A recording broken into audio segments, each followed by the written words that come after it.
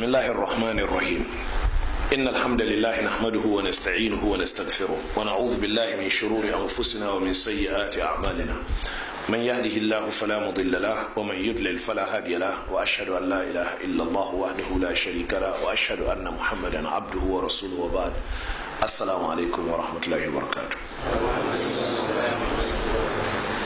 yanzu da muke magana safiyar ranar lahadi ce wadda ta daidai da 10 ga watan zulqa'ida hijira na da shekara 1434 daidai da 15 ga watan Septemba shekara ta 2013. wannan taro ne da muka kiraye shi na ɗaliban makarantar darul hadith salafiyya da ke nan ainihin wato Zaria a Najeriya.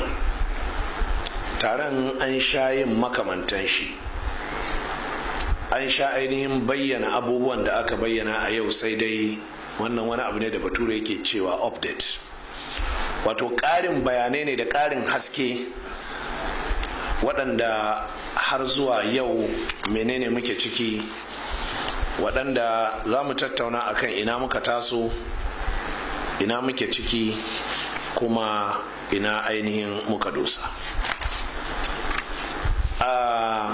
A mabambantan tarurruka mun taɓa yin wani taro da muka sanya mishi suna manufar da'awar salafiyya, muka sake yin wani taro da muka sanya mishi manufar darul hadithin salafiyya.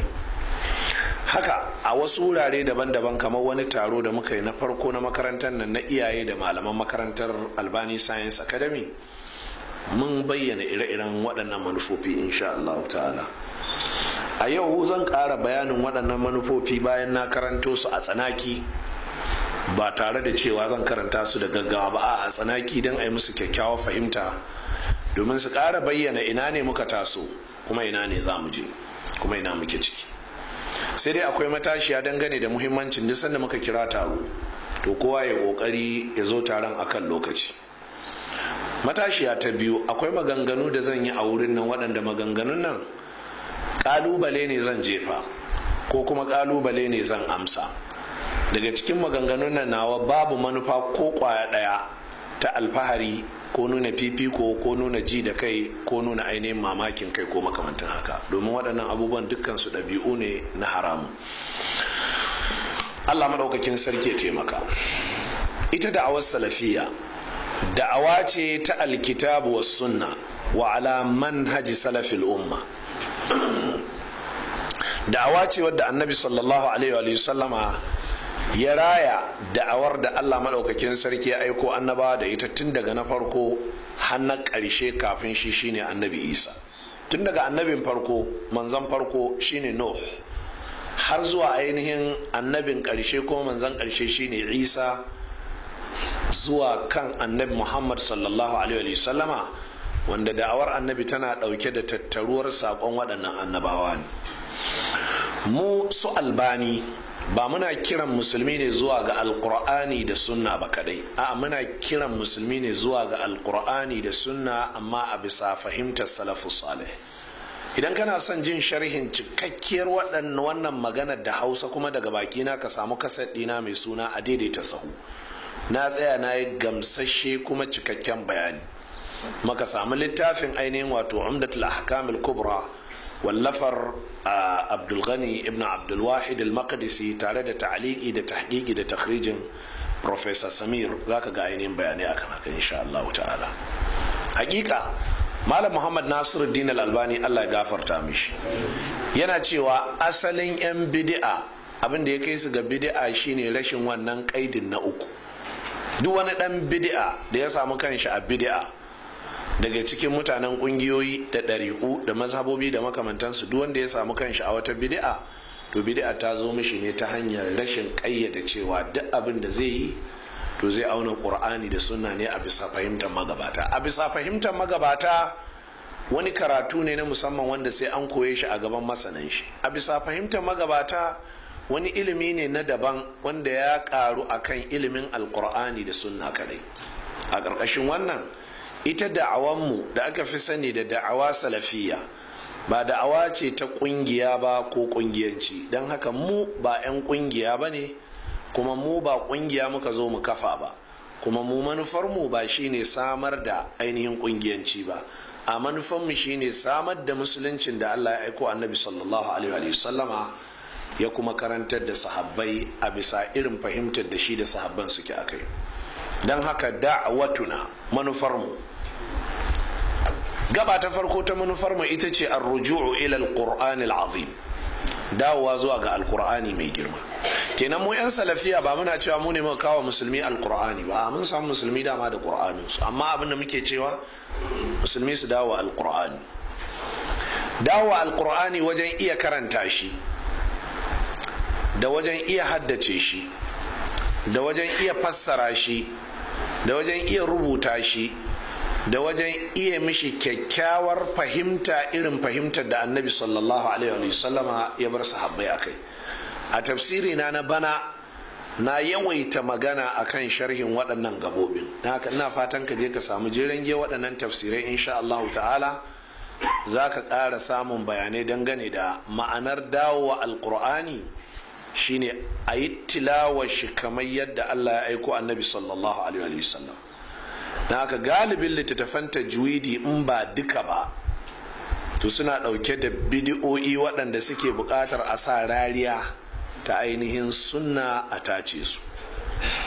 Yasa aka samu ɗaya daga cikin malamai magabata, al-Imamu Abu Amr Niddani, ya yawaita rubuce-rubuce dangane da ilmul qira'at.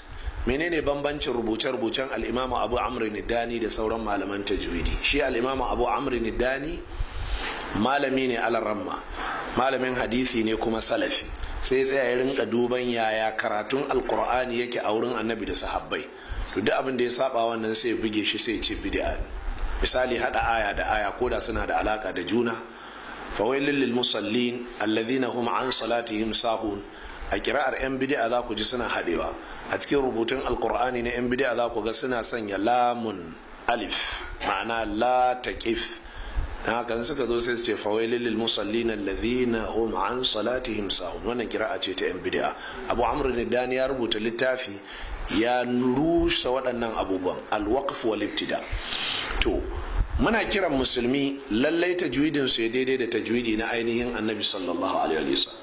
To wannan fa wani sabon aiki ne wanda dole ne a fara binciken yaya annabi sallallahu alaihi wasallam. Saboda haka duk falalar da kake ji ta karatun alqur'ani, da falalar da kake ji ta karatun ainihin haddace alqur'ani, da falalar da kake ji ta aiki da alqur'ani, ba wai ana nufin falalar tana nan mutulakan ga duk wanda ya iya karatun alqur'ani ba, sai wanda ya iya karatun alqur'anin kamar yadda Allah madaukakin sarki ya aiko annabi ya koyar da sahabbai sallallahu ta'ala alaihi wa alihi wasallama wa radiyallahu ta'ala anhum ajma'in.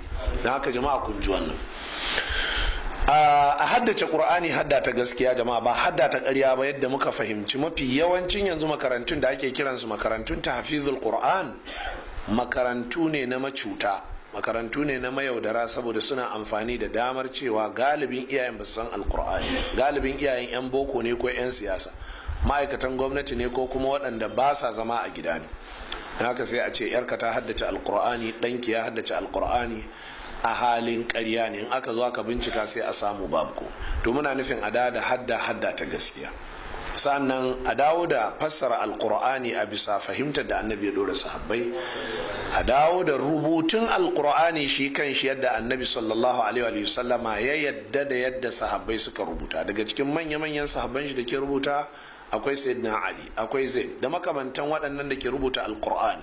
Wannan irin rubutun da suka rubuta alqur'ani to irin shi ne ainihin aka yadda kadai a rubuta alqur'ani. To a dawo zuwa ga wani, sannan a dawo aiki da alqur'ani a bisa irin yadda annabi ya karantar. Shi ne aiki da alqur'ani, sai an san ma'anar shi da abin da aka karanta, sannan sai an gayyato ayoyin da ke da alaka da waɗannan ayar ko waɗannan ayoyi, an tattauna su, an ɗibo hadisai, an ɗibo fassara malaman farko, sannan sai a ce to ga aya ta ce kaza.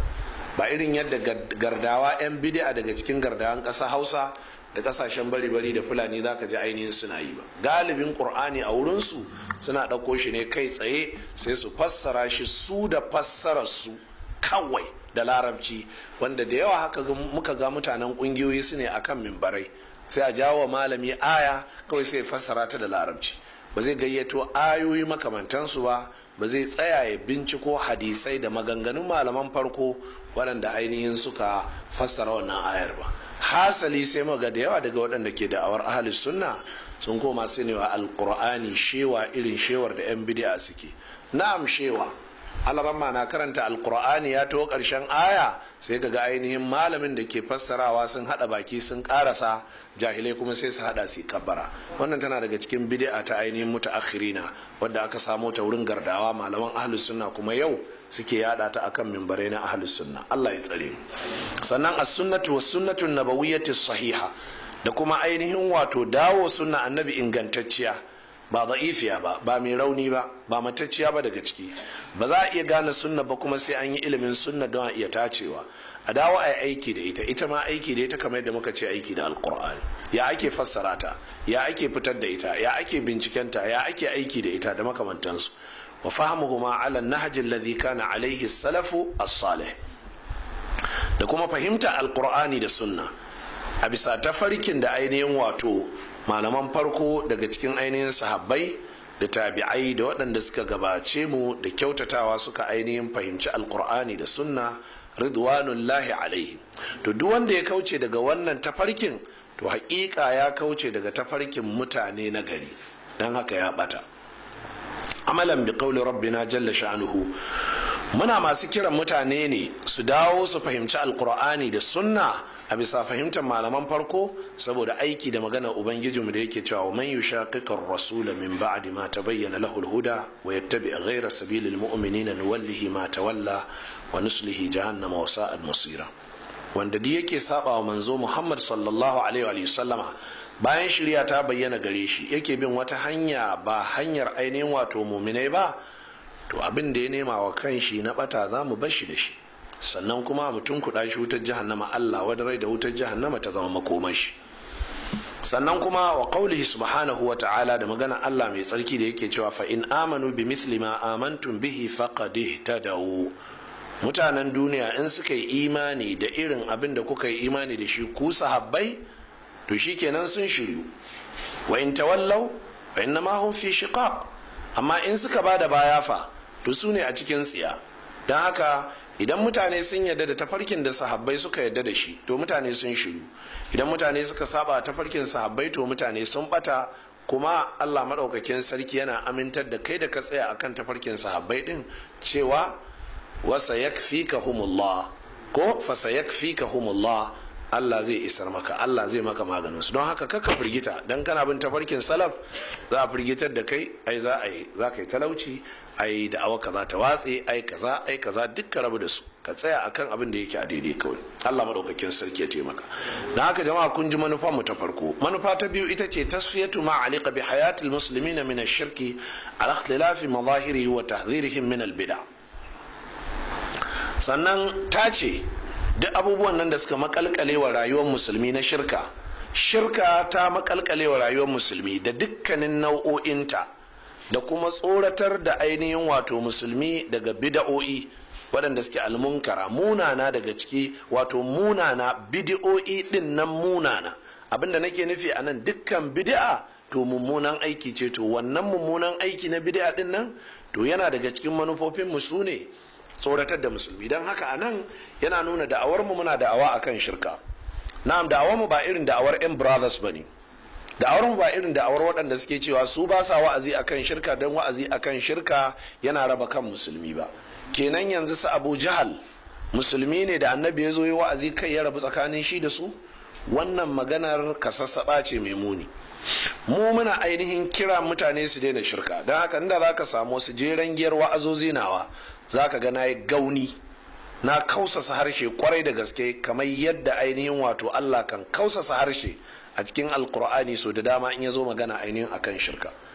Daga cikin kasusuwan da ne na yi wani kasar na musamman da na sanya mishi shirka da nau'o'inta. Wannan wa'azi ne da ne shi ainihin garin Bauchi, ainihin gabas maso ainihin arewacin Najeriya, da kuma wasu kasusuwa da muka yi akan illolin 'yan tsubbu a nan Zaria, da kuma illolin matsalolin bokaye da makamantansu waɗanda muka yi agwagwalar da ke Abuja, da dai irin yadda za ka ji karatuttukanmu na Taisir al-Aziz al-Hamid, da kuma duk inda ka ji karatuttukanmu za ka ji lallai duk inda muka samu wani sarari ko ɗan yaya ne to lallai ba ma ragawa sai mun yi magana dangane da shirka da dukkanin nau'o'inta. shi yasa za ka ga daidai lokacin da aka samu wani arne daga cikin arnan ƙasa Hausa a kwana-kwanan nan ya fitar da wani kaset yana ainihin tabbatar da uluhiyya ga ainihin Shehu Kaulaha, muka tabbatar da kafircin shi kai tsaye, muka ambace shi da sunan shi, muka kafirta shi. Wannan yana daga cikin da'awar mu, ba wani sabon abu bane a cikin da'awa irin tamu. Sa'annan da kuma tsoratar da musulmi game da munanan bidiyo'i wal afkarid dakhila al batila. Sa'annan dukkanin wasu ainihin tunani waɗanda suke sun shigo cikin musulmi, kamar shi'anci, kamar khawarijanci, boko haram, zagin sahabban annabi sallallahu alaihi wa sallama, da duk wata mummunar aƙida da za ta laɓe a jikin musulunci ta shigo, za ka ji ainihin muna tsoratar da musulmi. Wannan yana daga cikin manufofin da'awarmu. Na haka karka ji muna magana akan shirka, karka ji muna magana akan bid'a, karka ji muna magana akan nau'uka na shirka ko nau'in bid'a ka ɗauka cewa to ai wane da wane ba haka suke wa'azi ba. Tambayar shine wane da wane yana da'awa ne a bisa manhajin salaf ko kawai yana da'awa ne ta ahlus sunna? In har ya ce yana da'awa ne a bisa manhajin salaf, to lazimi ne sai ya yi magana akan shirka karara, sai ya yi magana akan bid'a karara, domin haka qur'ani yake, haka sunna take, haka sahabban annabi sallallahu alaihi wasallam. Ko kun fahimta jama'a? Sahabbai ba sa ragayya akai. Wani sahabi ya haɗu da wani, Abu Basrat al-Ghifari ne ya haɗu da sahabi Abu Huraira. Daga ina kake? Ya ce ai ya je ziyara Tur Sinin ne, wannan dutse na Tur Sinin da Allah ya faɗi a cikin Alƙur'ani. Sai ce da na haɗu da kai da ban baka kaje ba. Me yasa? Ya ce saboda na ji annabi sallallahu alaihi wasallam yana cewa la tushaddu rihalu illa ila thalathati masajid. Masallatai uku ne kawai ake wata tafiyayya: masallacin Ka'aba, da masallacin annabi Muhammad sallallahu alaihi wasallam da ke Madina, da masallacin birnin Qudus. In ba haka ba duk wani wuri da aka je ziyarar shi da ibada an yi bid'a. Na haka Abu Huraira abin da kai ba daidai bane. Har isu su ne wa junansu inkari. Sahabi ya ga dan kanwashi yana daukan tsakuwa yana sa a tsakanin yatsa, yana harbawa abin da Bahaushe yake kira basusa. Ya ce mishi kai ka bari. Annabi ya hana. A cikin hadisi annabi ya ce yin haka din ba ta kashe dabba farauta, sai dai kawai tsautsayi ka buge wa dan uwanka ido, don haka kar ka sake. Shikenan, cikin sauki. Sahabbai ba sai sun yi ashar zaka gane magana tana da muhimmanci ba, amma idan jakai ne suka haife ka, idan karnuka ne suka yi tarbiyyar ka, to sai an yi maka dundu, an yi maka ashar kake fahimta wannan abun ba kyau. Amma sahabbai a sauki za su ce maka ba kyau, annabi ya hana, kaji ko shikenan kawai. Sai yaron ya koma sai ya dauka, sai sake ya ce kai in ce maka annabi ya hana, ka sake, bana sake magana da kai. Idan yau aka tara jahilan yau waɗanda kuke kira malamai, in aka tara su sai ce akan dan wannan abin zaka daina magana da shi, dan uwanka ne fa. A cikin sauki, ba fada, ba hayaniya, ba ashar. Ya ce mishi kai kakka kuma annabi ya hana, ga abin da annabi ya ce, shikenan kawai.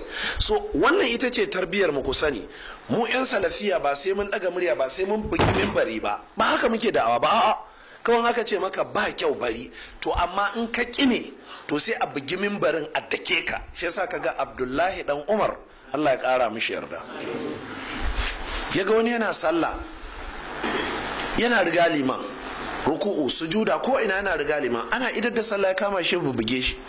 Yace la sallaita wahdak wala bi imamin iqtadait. Kai dai baka yi sallah kai kare ba, kai kuma baka bi liman ba. Kaga wace irin sallah ce? A duniya dai sallah ɗayan biyu ne, ko dai ka bi liman ko kai kadai. To la sallaita wahdaka, kai baka yi sallah kai kadai ba, wala bi imamin iqtadait, kuma kai ba liman ka ba wani limami da ka bi, domin ka makala sallah a jikin liman amma kuma kana riga liman ruku'u. To yanzu da kai da liman din wane ne ake ciki? Saboda haka sake sallah. Saboda haka mu 'yan salafiya a cikin ruwan sanyi muke cewa kaza ba, don haka muka ce maka kakka rufe kofar can, kawai shikenan abin da ake nufi, kakka rufe kofa. Sai ba kuma za a ce maka kawai saboda izza ba, saboda jin mu ne shugabanni.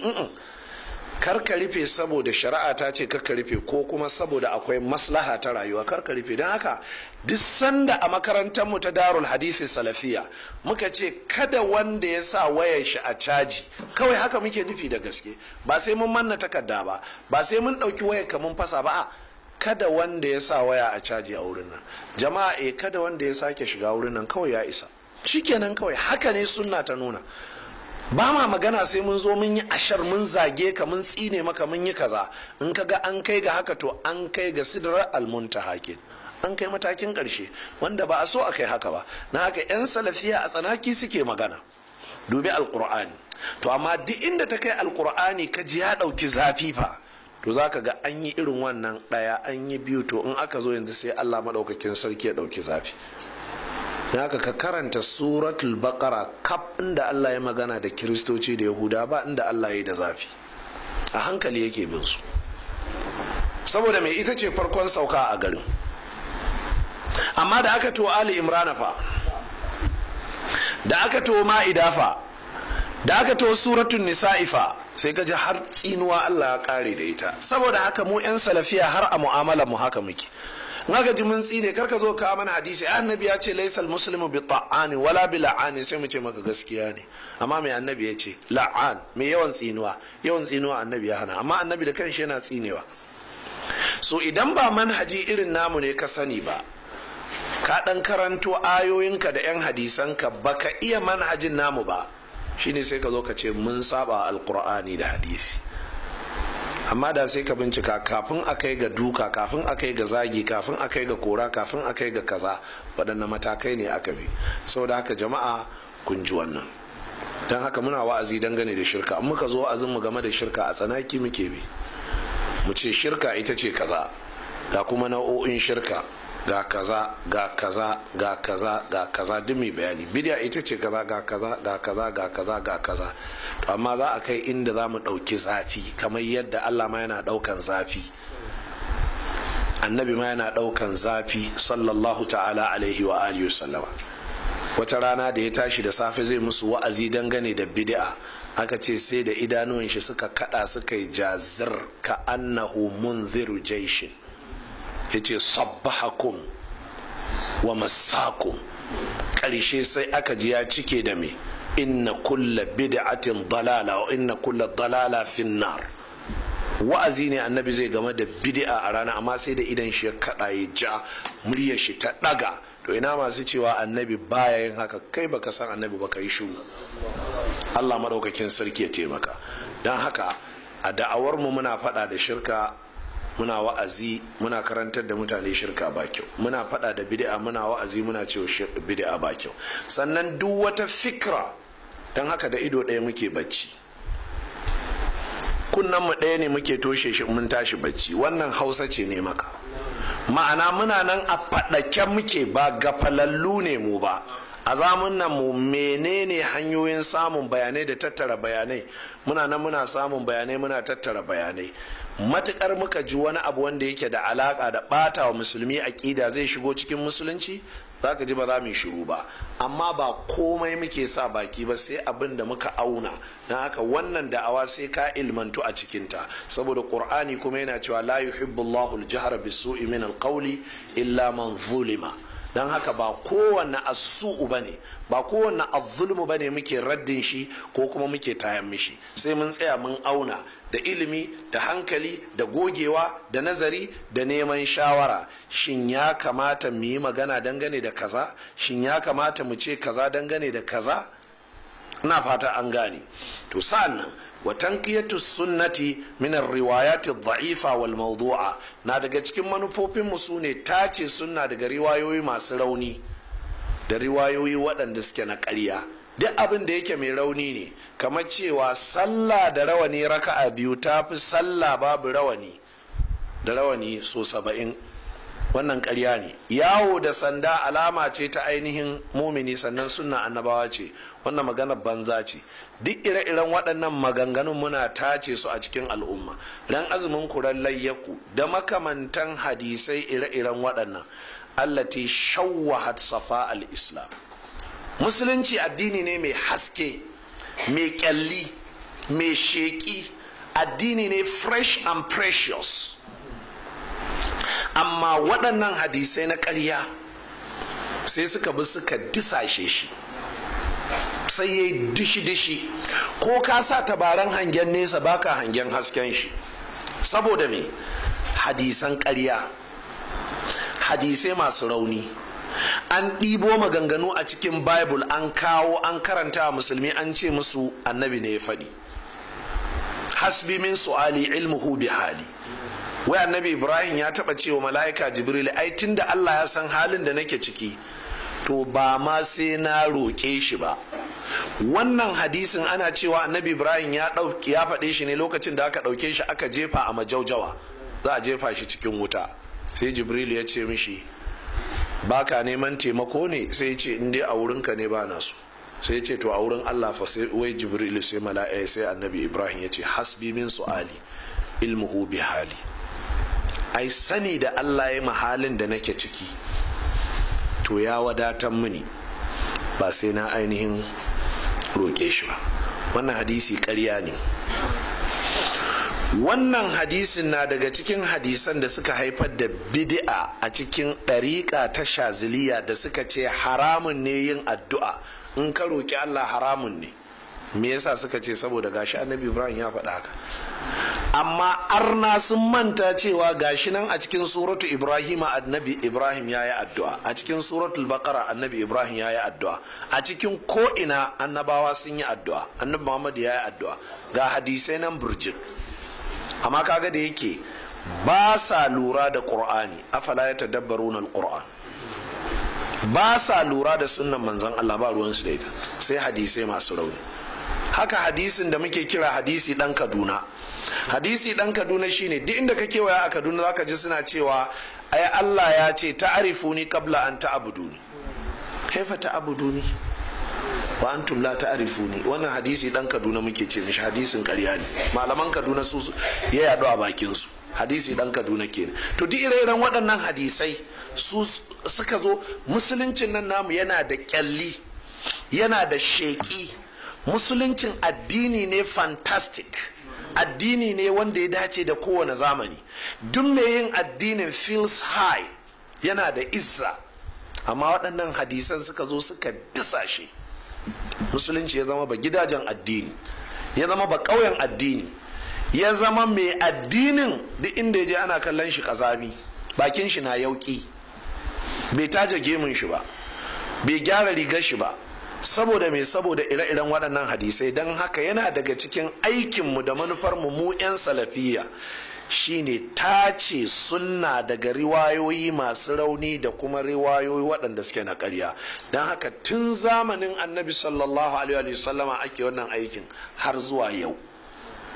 An tambayi wani babban malami al-Imam Abdullahi ibn Mubarak, algafata malam, waɗannan hadisai da muka ji kana tace mana tsaba daga tsakuwa, idan kai ka mutu ya za a yi da su? Sai ya ce ya ishu laha aljihabiza. Matukar akwai su za a samu gogaggun malamai da za su bayyana su. Na haka tun zamanin sahabbai ake wannan aikin, tun zamanin annabi yana da rai ake wannan aikin. Ina aka faɗa wa sahabi magana bai yadda da ita ba, ko aya ce bai yadda da ita ba, wallahi ba zai karba ba. Wai dan kai sahabi ne? A'a. Sallah Umar ya ji wani yana yi da wata karatu daban, ya ce kaman taɗiye shi. Na haƙura da ya sallama, yana sallama sai na ci kwalashi. Na ce wannan karatun ban san shi ba, a ina ka samu shi? Ya ce daga annabi. Ya ce mu je wurin annabi, dan annabi ya fanshe ka. To sake ni mana. Ya ce ina zan sake ka, ka zo da wani sabon karatu, ba haka annabi ya karanta mana wannan surar ba, mun iyata. Sai da ya je wurin annabi, annabi ya ce saka shi Umar, sannan ya sake shi. Ya ce kai karanta Umar. Umar ya karanta, annabi ya ce daidai ne, haka na koya maka kuma haka aka saukar. Kai ma karanta.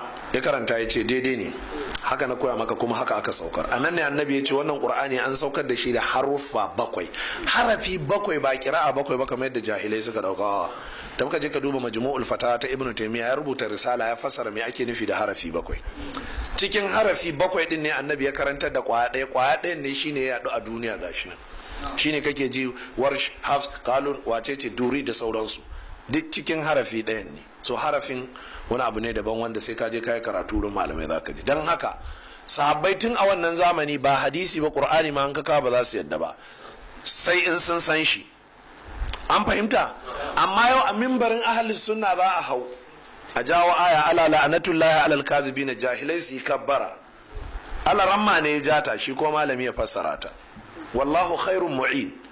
Wannan ƙarya ne duk duniya da lahira, tun daga lauhul mahfuz har ala ramman garinku ba inda wannan yake a cikin qur'ani. Ƙarya ne, babu wallahu khairun mu'in, babu wannan aya, ƙarya ce, ayar tsinannu ce, ba a qur'ani take ba, tun daga ko a lauhul mahfuz ba ta.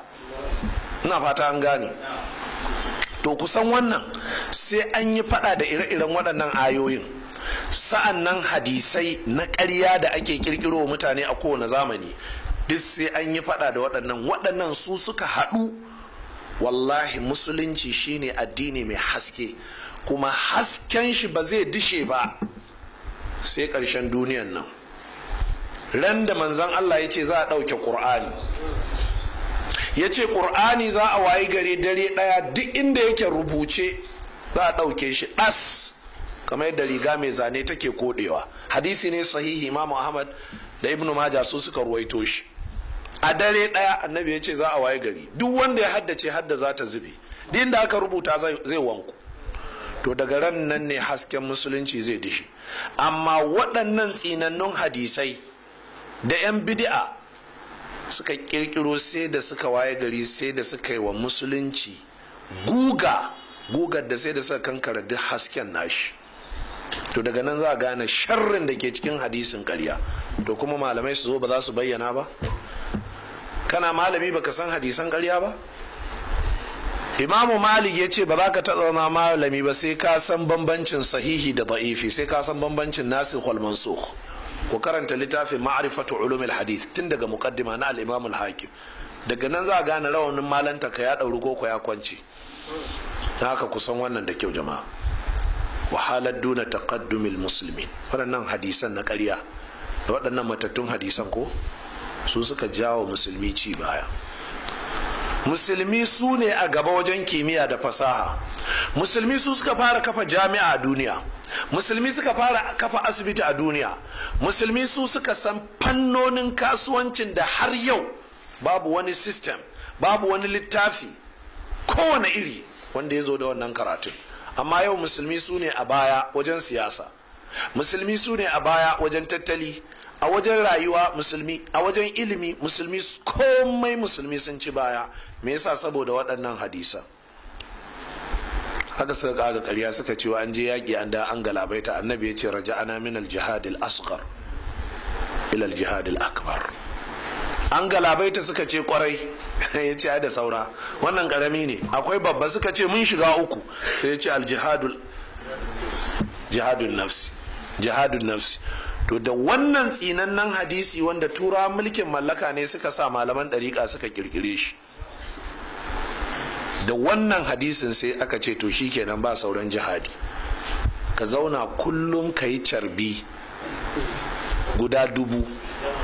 Don haka tsinannu sai suka kirkiro na hadisi suka ce Abu Huraira yana da wani buhu guda ne na gishiri, kullum gari ya waye sai ya zazzage kwallon dabino ya yi cikin carbin nan, kullum yamma ta yi sai ya yi wannan. To kaga Abu Huraira ba zai sana'a ba, ba zai karatun hadisi ba. Buhun gishiri kwallon dabino ne zai dauka sai ya yi tasbihi da haka. Don haka suka kawo wannan shedanci. Don haka sai aka waye gari shikenan, gari ya waye karfe 6 arna sun fita, musulmi fa suna nan suna rangaji,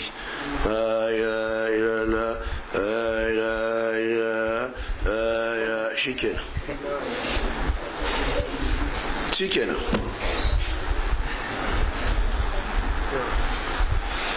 Tun sulusin dare Allah yake sauka daga saman 7 zuwa sama ta 1, yana rabon arziki. Wa yake da bukata, wa yake da so, wa zai bauta, waye zai, Allah yana ta raba arziki. Shi yasa na farko sai Allah ya ce kanu qalilan min al-laili ma yahja'un wa bil ashari hum yastaghfirun. Da daddare bacci kaɗan suke, fursanul layl, sannan rukbanun nahar. Idan dare yayi gwaraza ne, karatun qur'ani suke, tasbihi suke, roƙon Allah suke. Idan asuba ta taho fa sai kuma su tashi suna tasbihi, su kwana gaggau. Dubi yadda annabi ya faɗi sallallahu alaihi wasallam, yayi bacci ya tashi ibada, ya sake bacci ya tashi ibada. Amma yan bid'a fa sai suka tarbiyantar da mutane, bacci ake tun farkon dare har ƙarshen dare, gari ya waya a sake kwanciya. Amma ahlus sunna kun ji yadda suke bacci, baccin annabi Dauda suke, shine annabi sallallahu alaihi wasallam yayi bacci farkon dare. An yi sallar isha, me za ka yi? Ba abin da za ka yi mai muhimmanci. A za a yi hira, don me? Haramun ce. Idan bukata ta kama shi ne za a yi ta maslaha addini ko kai da iyalinka, amma ba haka ba, karfe 8 na dare ka je ka kwanta, 12 ka tashi, ka yi ibada, ka yi karatu, ka yi bincike, ka yi nazari, ka yi abin da zai amfanar da kai. Karfe 2 sai ka ainihin kwanta, karfe 4 sai ka tashi, sai ka ci gaba da tasbihi da ibada da roƙon Allah. Sai a wayi gari ka yi bacci wadatacce kuma ka samu hutu wadatacce. Karfe 6 na asuba sai a ga ka fita, amma karfe 6 na asuba bai tashi bacci ba, 7 na asuba bai tashi bacci ba. Me ya faru? Makara ce? A kullum haka yake, larura a haka yake. Don haka musulmi karfe nawa bai zo kasuwa ba, karfe 10 bai zo kasuwa ba, 11 bai zo kasuwa ba, shikenan duk arziki ya gama rabuwa, sai zo sai zama na kashin baya, sai kuma ya ce Allah ne ya talauta shi. ƙarya yake yi. Allah ya ce wa fis sama'i rizqukum wa ma tu'aduna. Ba wani matsiyaci a wurin Allah sai wanda ya mai da kanshi matsiyaci. Don haka kowa ya tashi ya nemi arziki a wurin Allah da gwargwado, amma duk wani abu da za a yi na kashe maka zuciya, wallahi tallahi ka sani ya biyo bayan waɗannan matattun hadisai ne. Ina fata an gane. Kaga an rataya maka carbi a kunne, an ce to ka rinka tafiya lubu-lubu don kai ya faɗi. To in ya faɗi kanin ubanka ne, ba abin da ya haɗa ka da shi, ya faɗi mana, ba mai daraja mai ka rinka tafiya a hankali. Ko kun fahimta? Saboda haka ku ji wannan da kyau jama'a, waɗannan hadisan ƙarya to muna faɗa da su wurjanjan. Don haka muƙaddimar littafin sahihi Muslim tana cike da tarihin malaman salaf game da faɗa da game da hadisan ƙarya. Ka je ka saurari karatuttukan mu, sai da karatu ya karatu. Akwai inda na taka birki ma na ce a tsaye da karatun anan, wannan karatun sai dai a yi wa ɗaliban ilimi don ya fi ƙarfin gama garin mutane. Har yanzu ma ba a yi shi ba, ina sani insha Allah kuma za a yi shi. Wannan bayani da muke game da shirka da nau'ukanta, bayani game da bid'a da nau'ukanta, bayani dangane da munanan aƙidoji da muke yi, bayani dangane da hadisan ƙarya da muke yi, wallahi muna yi ne a da'an li amanatil ilmi, saboda amana ce ta ilimi kawai. Wallahi tallahi ba muna yi ne don a yabe mu ba muna yi ne don mu zama mu ne 'yan bani na iya ba. Shi yasa za ka ji mafi halin haɗari, babban malami ne zai tashi a taro ya faɗi hadisin ƙarya, wallahi ba za mu yadda a tashi ba sai mun ce ƙarya ne, sai kowa ya sani, ko za a tashi da hayaniya. Saboda me? Saboda isar da amana ce ta ilimi. Ko kun fahimta jama'a? Isar da amana ce wannan ta ilimi. To amana ta ilimi kuwa jama'a, to tana da alaƙa da amana ta addini. Karanta muqaddimar sahih Muslim. Inna hadha al-ilma dinun fanzuru amman ta'khudhu dinakum. Ilimin addini ne, don haka ba wurin kowa ake karbe ba, ba kuma kowa ake ba. A ƙarƙashin wannan di yadda yanayi ya kai, sai mun yi wa'azi akan shirka, sai mun yi wa'azi akan bid'a, munanan aƙidoji da ke shigo mutane, irin aƙidar shi'a, zagin sahabbai, ƙin jinin musulmi da kashe musulmi. Wannan na daga cikin aƙidar shi'a. Kafirtar da musulmi da halatta jininsu da dukiyarsu na da jinin aƙida ta khawarij, 'yan boko haram. Duka sai mun yi bayani, ba dan kuma ba dan a ce a bakin mu aka ji ba, mu ne yan ba na iya, a'a amana ce ta ilimi. An fahimta? Bayyana hadisan ƙarya ba wai dan a ce an dai ka faɗi hadisin kan dai Albani na wurin komai siyasa ya ce bai inganta ba ko ɗaya. In ka faɗi hadisi sahihi baka da matsala, amma dai ka faɗi da'ifi to sai mun tashi mun ce da'ifi ne, ba dan komai ba saboda isar da amana ta ilimi. Wa kama qala Rasul sallallahu alaihi wa sallam, kuma kamar yadda manzon Allah ya faɗi a cikin hadisi sahihi wanda al-Imam Ahmad da Abu Dawuda da Ibn Majah da Ibn Abdul Barr da Ibn Adiyin suka ruwaito da isnadi sahihi, annabi yake cewa yahmilu hadha al-ilma min kulli khalafin udulu. Wannan ilimin da ka gani a kowane zamani mutanen kirki su ne za su ɗauke shi daga magabatansu mutanen kirki, wato salaf su ba da shi ga waɗanda za su zo bayansu, su ma waɗannan su ba da shi ga waɗanda za su zo bayansu. Abinda annabi yake faɗi kenan, yahmilu hadha al-ilma min kulli khalafin uduluhu, daga kowace al'umma da ta gabata to waɗanda za su riƙe wannan ilimi na annabi a kowane generation a kowane zamani to adilan ciki su ne suke ɗaukan wannan ilimin. Kuma sun ɗauki wannan ilimin ga aikin da annabi ya ce suke, yanfuna anhu tahrifal ghalin, sauyawa ta masu zaƙewa sai su rinka kore ta. Masu zaƙewa wajen son bin addini kamar khawarij, kamar me, daga cikinmu 'yan ahalus sunna, daga cikinmu 'yan salafiya ko waɗanda suke zaƙewa. Yana daga cikin nau'in zaƙewa da nake ta muku bayani kun gaza fahimta. Idan aka samu annabi yana yin kaza kuma yana yin kaza, to yana daga cikin zaƙewa ka rike guda ɗaya. Saboda haka na fara fahimtar dukkanin limamai na ahalus sunna suna neman su ɗauko wata sunna su kashe wata. Ita ce duk sanda za a yi sallah sai ka ji sura guda biyu za a karanta ko uku. Wannan bid'a ce, ba haka annabi yake ba. Wani lokacin annabi yana yin sura ɗaya, wani lokacin yana sura biyu, kuma surorin biyun zai karanta yana duban nazair ne. So ba kullun ne annabi yake yin ɗaya ba kuma kullun ne annabi yake haɗa biyu ba. Ahyanan haka yazo wannan sunna. Saboda haka ku kiyaye, wannan yana daga cikin zaƙewa. Tunda an samu annabi yana kaza, to wai kuma sai a bar wancan, sai kuma a dawo wannan. Tambayar shine, wancan ya tabbata daga annabi? Ya tabbata, to a yi shi. Wannan ma ya tabbata daga annabi? To a yi shi. Don haka yana daga cikin zaƙewa kashe wata sunnar da nufin raya wata. Ɗage wando sunna ne, ɗage wando iya ƙwauri sunna ne, ɗage wando sama da idan sawu sunna ne. Idan ka lazimci wandon ka titir sama da ƙwauri, bid'a ce ka rike. Idan ka lazimci wandon ka titir yana nan dab da idan sawu, bid'a ce. Sai dai wandunan ka wasu si ƙasa wasu si sama, shine ya zo da sunna daga annabi guda biyu. Wannan yana daga cikin zaƙewa, mutane ba sani ba, guluwi ne. Shine sai ka rike wannan, wancan ba sai ka kashe ta baka sani ba. Akwai abin da ake kira sunnatu tark. Sunnatu tark wannan sai ka yi zurfi a ilimin usulul fiqh za ga ƙwararrun malamai suna kawo ta. Sunnatu tark, ya tabbata annabi yana yin kaza, wani lokaci kuma annabi yana bari, to yin sunna ne wani lokacin, barin sunna ne wani lokacin.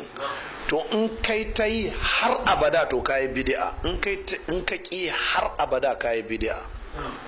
Kamar wanne? Kamar azumin nan da waɗannan sahabbai suka zo, to annabi sallallahu alaihi wa sallama ya rayuwar shi take, matan suka ce wani lokacin yayi sallah da daddare, wani lokacin kuma yayi bacci. To yaya azumi? Wata ran yana azumi, wata ran kuma sallar walaha. Aisha ta ce wani lokacin yayi kamar babu, wani lokacin kuma ya daina kamar ya abin. To wannan shine sunna, ita ke kira sunnatu tark. Lokaci sai kai ta yin sallar walaha, baka manta ba haka siddan sai kuma ka daina wani lokaci. Me yasa? haka annabi yake yi, ita ke kira sunnatu tark. To amma kullun sai ka yi sallar walaha, na'am hadisi ya tabbatar da ita, amma sunna kuma ba haka ta ce ba. Shine bambancin hadisi da sunna. Hadisi ya nuna annabi yana sallar walaha, to da yawanci mutaakhiruna sai ce to tunda hadisi ya nuna annabi ne kullun zai yi. A'a, na annabi ne amma dubi wata sunna ta ce wani lokacin ya yi ta yi kamar ba zai daina ba, wani lokacin kuma ya daina kamar ba zai yi ba. To kaga wannan ita ta fassara waɗancan ɓangarorin da kake haɗuwa da su, ko kun fahimta? Wannan yana daga sabon abu wanda da yawa 'yan salafiya ba su fahimce shi ba da yawa. Kaza ya zo a cikin hadisi sai dan salafiya ya rike shi gam, amma shi annabi din ya yake yi. Sallar tarawih, sallar tahajjud, sallar dare, wani lokaci annabi yana yi raka ɗaya, wani lokaci yana yi 11, wani lokaci yana 9, wani lokaci yana 7, wani lokaci yana 5, wani lokaci yana 3. sai kuka rike 11 diman da'iman, kun yi aiki da hadisi amma kun saba ma sunna. To kuma annabi cewa yake alaikum bi sunnati, ba alaikum bi hadisi ba, alaikum bi sunnati. Dan haka sunna tana ɗaya daga cikin abubuwan da ke ɗauko, hadisi na ɗaya daga cikin abubuwan da ke ɗauke da sunna. Dan haka akwai bambanci tsakanin hadisi da sunna. To sunna aka ce a aiki da ita. Saboda haka a cikin sunna wata ran za ka yi raka'a 11, wata ran sai ka yi 1, wata ran sai ka yi 3, wata ran 5, wata ran 7, wata ran 9. To in kuka rike wuta akan 1, haka kiran sallah ya tabbata, kiran sallah annabi yana irin wannan, yana irin wannan, yana irin wancan. Iqama annabi ya tabbata yana wannan, yana wannan. To haka sai ku rinka lallaunawa. To kaga shi yasa bin manhaji salafi din ya sha bamban da bin manhaji na waɗanda za su ce su ahlus sunna ne kadai. Domin wannan sai ka rinka neman ina wasu hadisan da suka fassara wannan hadisi, ina wasu ayoyin da suka fassara wannan ayar, ina waɗansu maganganun malaman salaf din da suka fassara wannan.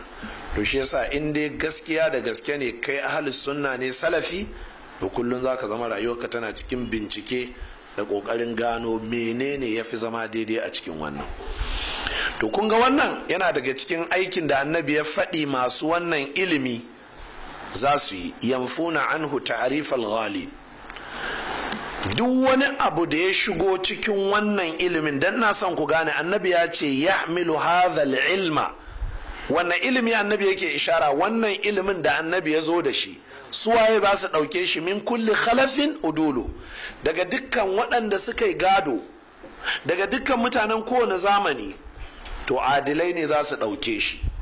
Yanfuna anhu, za su rinka korewa wannan ilimi na annabi tahrifal ghalina. Tunda kake baka taba jin muna gyara tijaniya ba, mu ce a wannan yayi bid'a tijaniya, amma kaga qaribul lahi da kasuyuni da Abdul Jabbaru zaka ji suna faɗa an kawo bid'a a ɗariƙa. To suna wato wani yayi shishigi ne ya ƙaro. Zaka ji daga cikin su suna rubuce-rubuce suna cewa bid'a ne yin zikiri a bayyane a cikin aƙidarsu. To munan abin da muke ta yanfuna anhu an hadhal ilm, don haka wannan ilimin na annabi mu shi muke karewa. So ba ma kare ilimin tijjani. Tijjani ya ce a yi 13, sai kaulaha ya zo ya ce a yi 17, sai ka ji sun rikice, waɗannan sun ce a'a mu 'yan 12 ne, waɗannan sun ce a mu 'yan 10, waɗannan sun ce mu 'yan wa'ana, waɗancan 'yan 12 suna kare duk wani ƙari da ya shigo. To mu za ka ji ba ma a cikin wannan babin gaba ɗaya, don mu gaba ɗaya bid'a ne. To in ka fahimci wannan, abinda masu wannan ilimin suke karewa, ilimin na annabi suke karewa daga a ƙara. Don haka za ku ga har ku ba ma kyalewa. In kuka zo da wata fahimta, kuka zo da wani ƙari, kuka sai mu ce ba haka ba ne, saboda muka bari kenan mun yadda wannan abin da kuka zo da shi. Shi yasa kullum nake cewa makarantar Darul Hadith tana da matukar hadari. Kawai ka zo ka ga lasifika kawai ka kira sallah, wai saka an yi maka wankan tsarki na sunna, ka san me ake nufi? A kai ladani ne a garin ku shekara 30, je ka can kai ladanci, amma nan ka sanya ake kaza, ka sanya ake kaza, sai an tarbiyance ka. Shi yasa ku ga mafi girman muhimmancin da na bayar a yanzu shine karantar da yaran nan 'yan sakandare. Ana nan da aka bude 'yan nursery da primary, yanzu duk alƙibla ta koma kansu.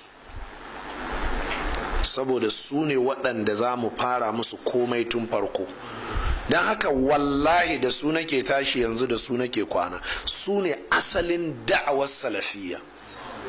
Amma duk wanda ka gani ya zo sakandare to ya sha mari hannun 'yan bid'a,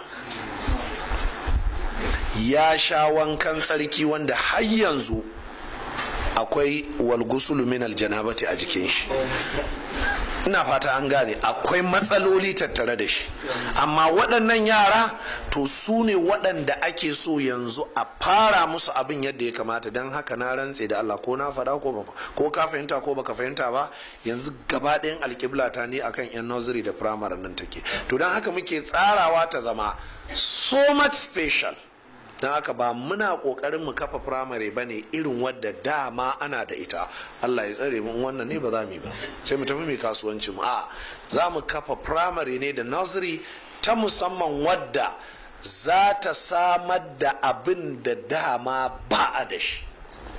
Don haka za a kashe kuɗi masu yawa, za a kashe lokaci mai yawa, za a yi homework da assignment mai yawa, za a yi ayyuka dai masu ɗimbin yawa kwarai da gaske, ba don komi ba domin a tabbatar da cewa an samar da waɗannan yara waɗanda za su tashi a bisa wannan ilimi. Kaga dukkanmu, na ce dukkanmu, hasu Jabir masu kira Ali Abdullahi Jabir, hasu Sudaisi, hasu Shurai, dukkanmu an koya mana karatun Qur'ani ne da a'udhu billahi minash shaitanir rajim. To wannan bid'a ce, babu inda wannan ya zo a cikin Alqur'ani ko sunna. A cikin sunan manzon Allah sallallahu alaihi wa sallama abinda aka samu a'udhu billahi minash shaitanir rajim min hamzihi wa nafthihi wa nafthihi. To duk wanda ka ji yana yi haka daga cikin mu sai da ya waccan bid'a tukuna ya tuba, sannan ya dawo wannan ta sunna. Shi ma sai an yi gwagwagwa, har yanzu bata zauna a zuciyarka ba saboda malaman ka asali yan bid'a ne. To amma kaga waɗannan yaran yanzu komi kankanta shin ka ce fara karatu sai ka ji ya fara da a'udhu billahi samil alim minash shaitanir rajim min hamzihi wa nafthihi wa nafthihi. Me yasa? Saboda ya zo a cikin sunna. Haka ya zo a cikin sunna. To haka ne ma'ana alqur'ani. To kaga yanzu wannan nan gaba ba za a yi gwagwagwa da shi ba. Kai kuwa yanzu har yanzu kana nan kana waigen waccan, kana ganin waccan fata fa asali. Kuma duk da muka bata maka rai anan in ka tafi ka daina yin wannan kenan, dan dama kana yin favorin din mu ne, wai kana yi ne saboda mu dama ba dan Allah kake ba. Ina fata an gane. Amma waɗancan ko an bata musu rai haka za su yi. Misali ɗa ne uban shi ya haife shi, bayan shekara 30 uban shi ya rasu, ko kuma sai koma wani wuri da zama. Kuna jin akwai yadda zai iya daina wannan yare na gidansu bayan shekara 30? Ba zai iya. To saboda haka jama'a, waɗannan masu ilimi annabi ya ce yanfuna anhu tahrifal ghali, za su rinka korewa wannan ilimi duk wata karkacewa ta waɗanda suke zaƙewa. Na haka wannan zaƙewar akwai ta a cikin mu. Sahabbai ma sun rinka, amma annabi ne rinka gyara musu. Bukhari ya rawaito hadisi, annabi ya yi tafiya da su ya dawo, ana isuwa sai suka rinka Allahu akbar, sai annabi ya ce la, ku yi a hankali, wanda kuke kira ba kurma bane ba bebe bane, ku yi hankali. Kaga zakewa ce da zakewa ce. Saboda haka don abin da galibin ahli sunna suka dauka, an ana magana zakewa, ana magana bid'a, ana magana karkacewa, wai ba da su ake ba. Sahabbai ma suna zakewa, amma an sun zake sai annabi ya gyara musu, saboda annabi yana da wannan ilimin. Shine yanfuna anhu tahrifal ghalil.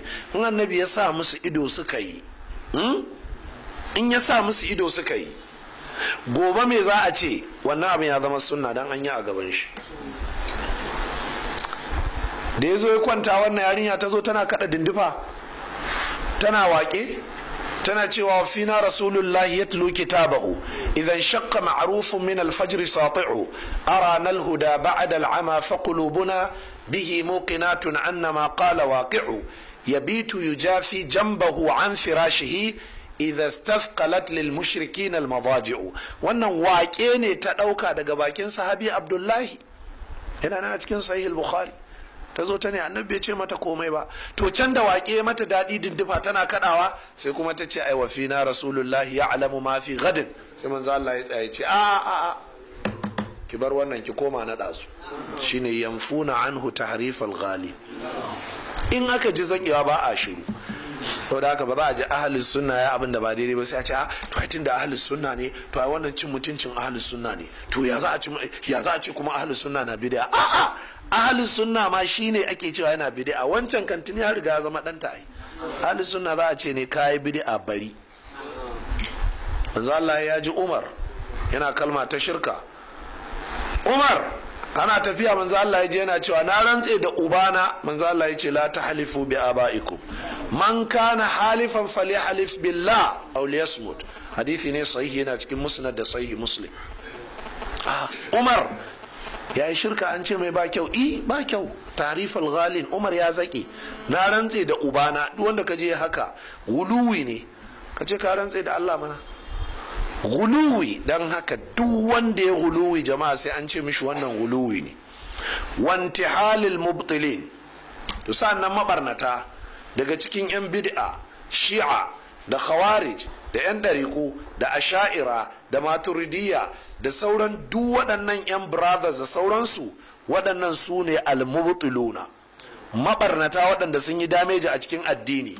to duk abin da suka yi intihalin shi suka kawo shi a matsayin nihila, a matsayin hanya, a matsayin tafarki, a matsayin manhaji, lallai ne sai a marmaza a ce ba kyau. don haka muke cewa zanga-zanga haramun ce ba addinin musulmi ba ce.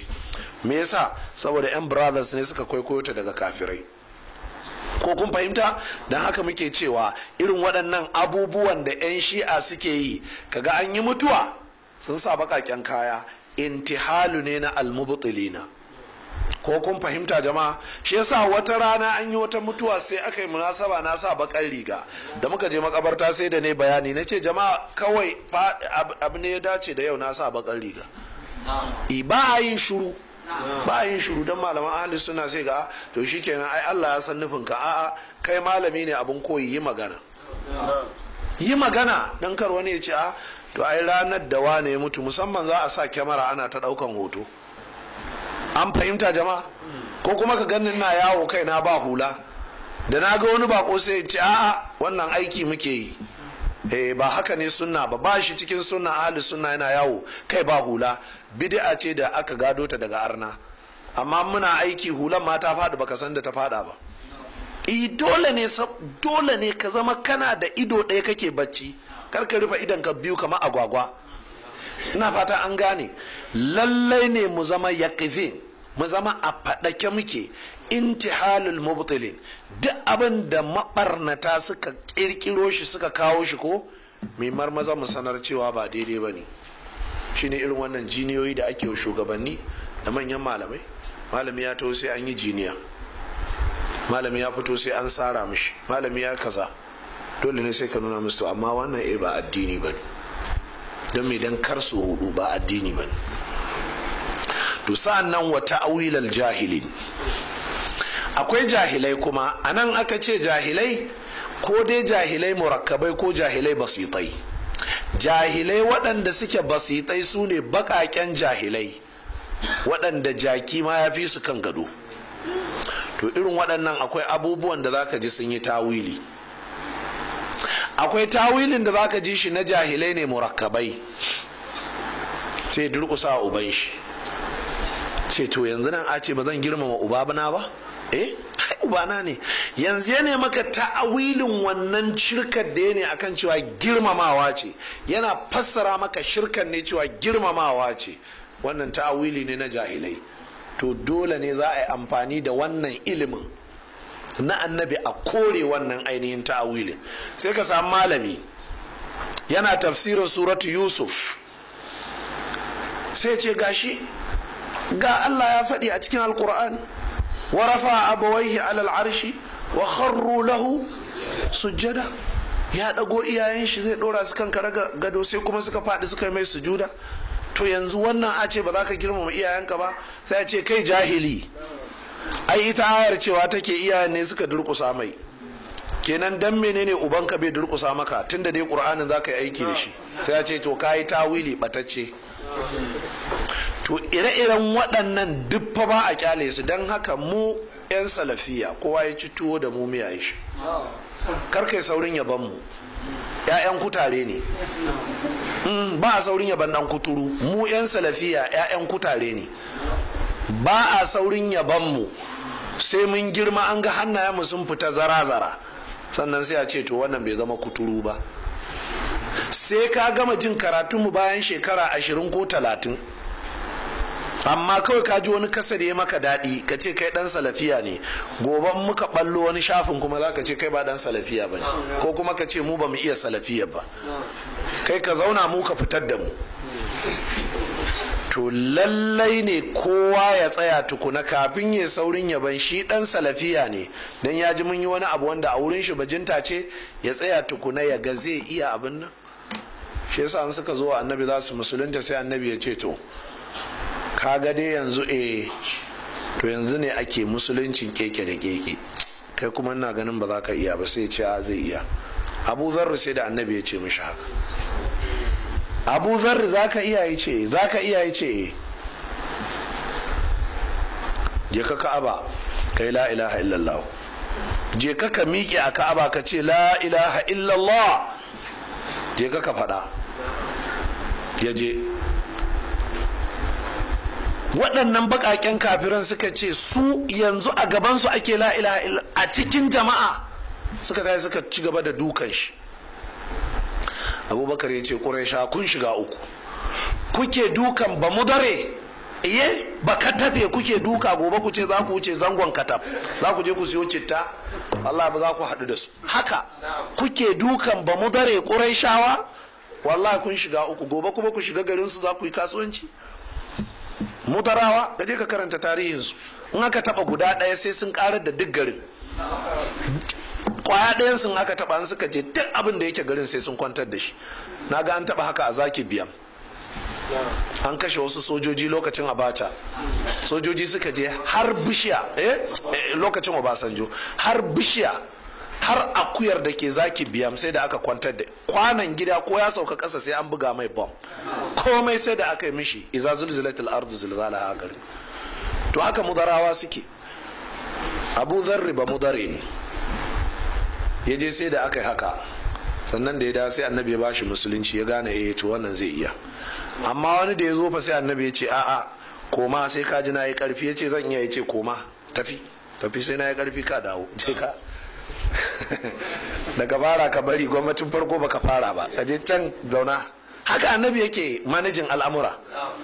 Sannan wa tatbiqan li amrillahi azza wa jalla, annabi sallallahu alaihi wa wannan aikin da muke yi isar da amana na ilimi ne ko, to kuma aiki ne da umarnin Allah da Allah ya ce wa ta'awanu 'alal birri wat taqwa, ku taimaka wa juna wajen alheri da wajen bin Allah, wala ta'awanu 'alal ithmi wal udwan, kar ku taimaki juna wajen saban Allah da ta'addanci. To wannan abin da muke jama'a wallahi muna taimakawa al'umma ne. Yau bayan shekara 20 da wani abu zagin mu ake da muna faɗin sunna, yau an dawo jama'a komai kuma irin namu, dan haka da ana kwaikwaya, ashe mun taimaka. Amma kaga mu muka sha wahalar, duk abin da muka yi da sai an soke mu, sai an zage mu, sai an kushe mu, sai an kasa. Yau kuma duk wani mai wa'azin ya miƙe so yake fara da innal hamdalillah nahmaduhu wa nasta'inuhu. Duk wani mai wa'azin ya gama subhanaka allahumma wa bihamdika, yanzu an daina rufe taro da addu'a. Ka gani duk mu muka samu wancan ladan na mu muka fara faɗin kaza da kyau kaza ba kyau, ba fariya muke ba kamar da, amma muna taimakawa juna ne wajen bin Allah, biyayya Allah ce. Haka annabi yake, muka kawo aka zage mu muka kafe a kai, yau gashi an da an karɓo na alhamdulillah. Gaba ta biyu kenan. Gaba farko dawa zuwa ga littafin Allah da sunna manzan Allah ingantacciya a bisa fahimtar magabata. Gaba ta biyu ita ce muke kira at-tasfiya. At-tasfiya ta ce musulmi daga shirka, ta ce musulmi daga bid'a, ta ce musulmi daga hadisan ƙarya, ta ce musulmi daga munanan tunani. Waɗannan na daga cikin aiki mafi muhimmanci. To sai kuma at-tarbiyya alal musaffa. At-tarbiyya alal musaffa, tunda an tace ba tauhid, ba shirka sai tauhidi, ba bid'a sai sunna, ba da'ifan hadisai sai sahihai, babu munanan tunani sai ingantattu, to sai kuma tarbiyatul muslimi la ala dinihimul haqq. na haka mu ba raddi kaɗai muke ba, to nan ya kamata duk ɗan salafiya ya natsu. wani yau za a yi raddi kaza, yau za a yi raddi kaza. a tarbiyatul muslimi na ala dinihimul haqq, tarbiyyar musulmi akan addinin su na gaskiya. muna zaunar da musulmi, muna karantar da su qur'ani aji aji, muna karantar da su hadisai aji aji, littattafan fiqh aji aji. duk wannan yana daga cikin tarbiyyar musulmi a bisa addinin su na gaskiya. tarbiyyar musulmi akan littattafan tauhidi da aqida, tarbiyyar musulmi akan karantar da larabci a wurin mu aqida ne. sabani yadda zaka je ka samu wani ja'iri a jami'ar Bayero ko jami'ar Ahmadu Bello ko a Azhar ya ce yana karantar da larabci, shi ba ruwan shi da addinin musulunci, zindiki ne, arne. larabci ba zai taba rabuwa da addinin musulunci ba tun ran da Allah ya ce wa annabi Muhammad iqra, har ran da ya ce al-yawma akmaltu lakum dinakum. duk maganar da annabi da larabci ta, annabi taba magana da wani yare ba ko misqala zarratin. duk wata magana ta qur'ani ko hadisi ko ta yi kama da wani yare ƙarya ne, larabci ne, qur'ani larabci ne. a ƙarƙashin wannan tarbiyyar musulmi akan addininsu na gaskiya, Allah wannan ba zai yi da wa'azin ƙasa ko wa'azin mako kawai ba. sauran ranaku kowa ya je sharholiya shi, zama za a yi a kafa musulmi, a kafa makarantu, a kafa azuzuwa, a buɗe littattafai irin na malaman farko wanda da ya ce ba a sanya Bukhari a karantar, zindiki ne. a karantar da sahihul Bukhari, a karantar da Muslim, a karantar da Abu Dauda, Nasa'i, a buɗe tafsirin Ibn Jarir, Ibn Kathir, duka wanda ya ce waɗannan littafan sun yi girma, ƙarya ike yi. waɗanne ne ƙanana to? Jallalaini tafsirin batattu ne. Jallalaini bata aƙidar ka yake, babu alheri a karanta Jallalaini. dan me? ya kawo munanan aƙidoji, ya harɗe fassara alkur'ani. musulmi ba sa buƙatar tafsirin Jallalaini, musulmi suna buƙatar tafsirin Ibn Jarir na Tabari, musulmi suna buƙatar tafsirin al-Imamu Abdurrahman ibn Abi Hatim, musulmi na buƙatar tafsiri na ainihin al-Imamu Ibn Kathir, musulmi na buƙatar tafsirin al-Allamatul Qasimi. waɗannan su ne tafsirai da makamantansu waɗanda za zama madogaran musulmi. amma ya zama dukkan sharholiya, a zo a ziga ku a ce muku wai tafsirin Ibn Jarir ya yi girma, Ibn Kathir ya yi girma. me yasa? saboda za su yi muku tafsiri na yan bid'a. tafsirin yan bid'a shine duk azumi guda sauka guda, duk azumi sauka. amma tafsirin ahli sunna, annabi ya share shekaru 23 ne yana fassara musu alqur'ani. qur'ani na sauka yana fassara cikin shekara 23. yaushe aka yi bikin annabi ya sauka a wata daya? so da haka ku ringa auna da na annabi, shine za ku iya gane, hanya za ta bayyana gare ku. don haka ku ji tarbiyyar musulmi a bisa addinin su na gaskiya. to in aka ce addini jama'a a wurinmu, ku kiyaye, siyasa addini ce, tattali addini ne, rayuwa, ci da sha, aure, kasuwanci addini ne, to sa'an nan kuma ibadoji addini ne. to bangaren abin da ya shafi siyasa, tattali, rayuwa, duk suna na a cikin alkur'ani da sunna, don haka ba a raba su da addini. to abin da ya shafi ibada kuma bauta Allah, to nan kuma nau'i biyu ne. a ba da muhimmancin karantar da mutane tauhidi shine sanin Allah, a ba da muhimmanci karantar da mutane fiqhun musulunci, shi yake nufin sanin bautar Allah. to anan ma an ɓadda mutane, sai ta karantar da mutane littafan fiqhu zalla da nufin cewa ana sanar da su Allah. littattafan fiqhu suna sanar da yadda ake bauta Allah ne. to ba da muhimmanci game da karantar da sanin Allah kuma su ne littattafan tauhidi da aƙida, sai a haɗa su da na fiqhu. a ƙarƙashin wannan, tarbiyyar musulmi a bisa addininsu na gaskiya da kuma kiransu su yi aiki wa da'watuhum ila al-amal bi ahkamihi, musulmi su zo su yi aiki da hukunce-hukuncen addinin musulunci.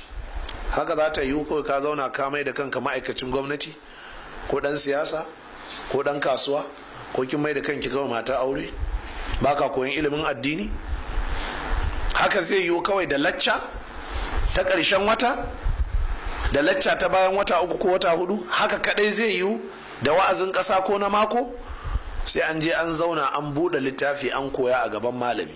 Sannan wata halli bi fada'ilihi, sannan mu rinka ado da falala ta musulunci, kan mu ɓoye kanmu. Karka je ka sa shat don za ka je Ingila. Ta fa balewa fi ka boko, amma har ya mutu in zai je Ingila ko Amerika da babban riga da rawani yake zuwa. Sardauna shi ubanka ne ma a boko, sunan shi namiji uban yan boko. Har ya mutu da rawani yake yawo da babban riga. Ka yi tahalli, ka yi ado, ka adantu da darajar musulunci. Never you hide your identity of Islam. Siffarka ta musulunci, gemu kaka sake ka aske shi, ka bashi ya sakata ya wala, ka ɗage wandonka, ka sa sutura irin ta musulmi, ka rinka sanya kaya irin na musulmi, a san ka kai musulmi ne. Duk inda ka je ka faɗi sunanka na musulunci, karka ce kai ne DDY, Lalladi Dauda Yakubu, wai sai ka ce DDY. Ƙarya ne, kayi munafunci. Ka ce sunanka Ɗanladi Dauda Yakubu.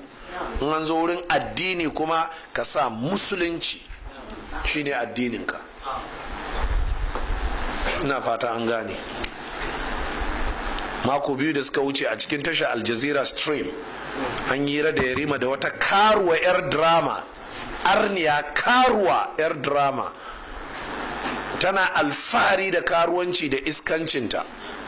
Ba da aka ɗauko wani profesa daga wata jami'a a Lagos Bayarabe yana bayyana shi musulmi ne, profesa ne, yana bayyana shi musulmi ne, kuma a sani musulunci yana da ilimin shi, yana da kaza. In baka da wannan ilimin baka da yancin kai magana ko kai musulmi ne.